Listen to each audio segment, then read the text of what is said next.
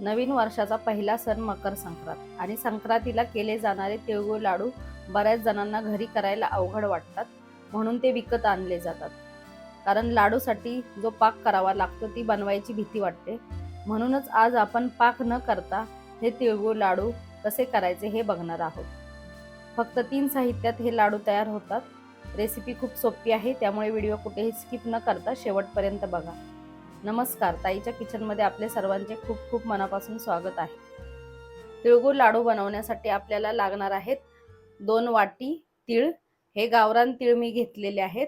शक्यतो गावरान तीळच वापरायचे आहेत, कारण ते पौष्टिक आणि चविष्ट असतात. जर तुम्हाला गावरान तीळ नाही भेटले तरच तुम्ही पॉलिशचे तीळ वापरू शकता. 2 वाटी शेंगदाणे, 2 वाटी बारीक चिरलेला गूळ आणि अर्धा चमचा वेलची पावडर. हे तिन्ही जिन्नस आपल्याला एकाच कप किंवा वाटीने मोजून घ्यायचे आहेत. तीळ आणि शेंगदाणे आपल्याला भाजून घ्यायचे. त्यासाठी इथे मी कढई गरम करून घेतली आणि गॅस कमी केलेला आहे. आधी आपण तीळ भाजून घेऊयात. शेंगदाणे आणि तीळ आपल्याला मंद आचेवरच भाजून घ्यायचे.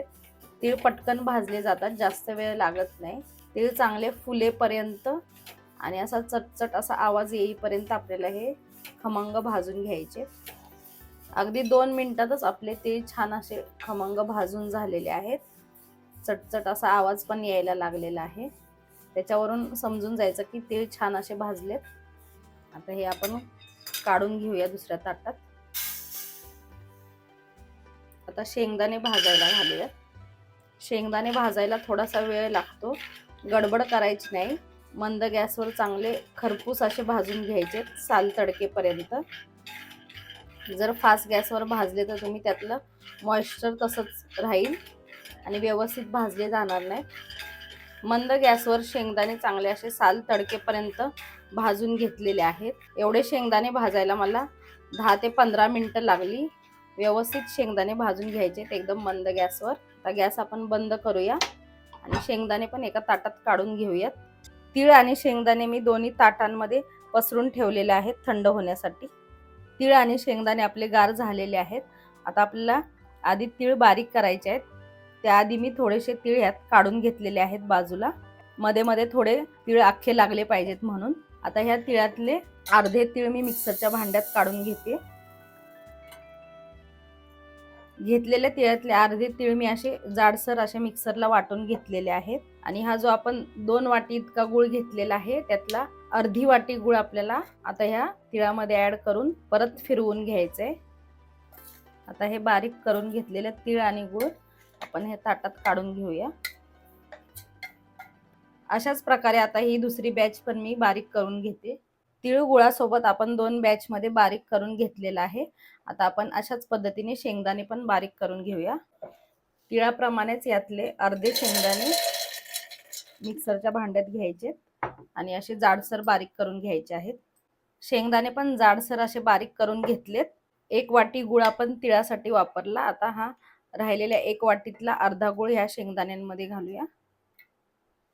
हे शेंगदाण्याचं मिश्रण पण आपण तिळाच्या मिश्रणामध्ये काढून घेऊया. शेंगदाण्याची दुसरी बॅच पण आपण अशाच प्रकारे बारीक करून घेतली. सर्व मिश्रण आपलं बारीक करून झालंय. यात आपण आता हे जे बाजूला ठेवलेले होते अख्खे तीळ हे घालूयात आणि वेलची पावडर चांगलं मिक्स करून घेऊया सर्व मिश्रणात.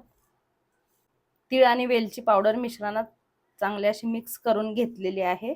आता आपण ह्याचे लाडू बांधूयात.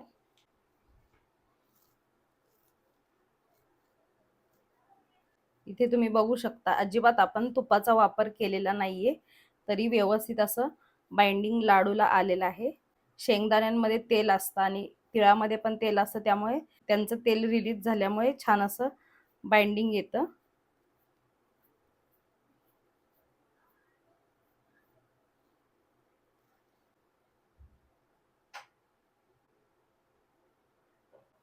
अशाच प्रकारे आता आपण सर्व लाडू बनवून घेऊयात.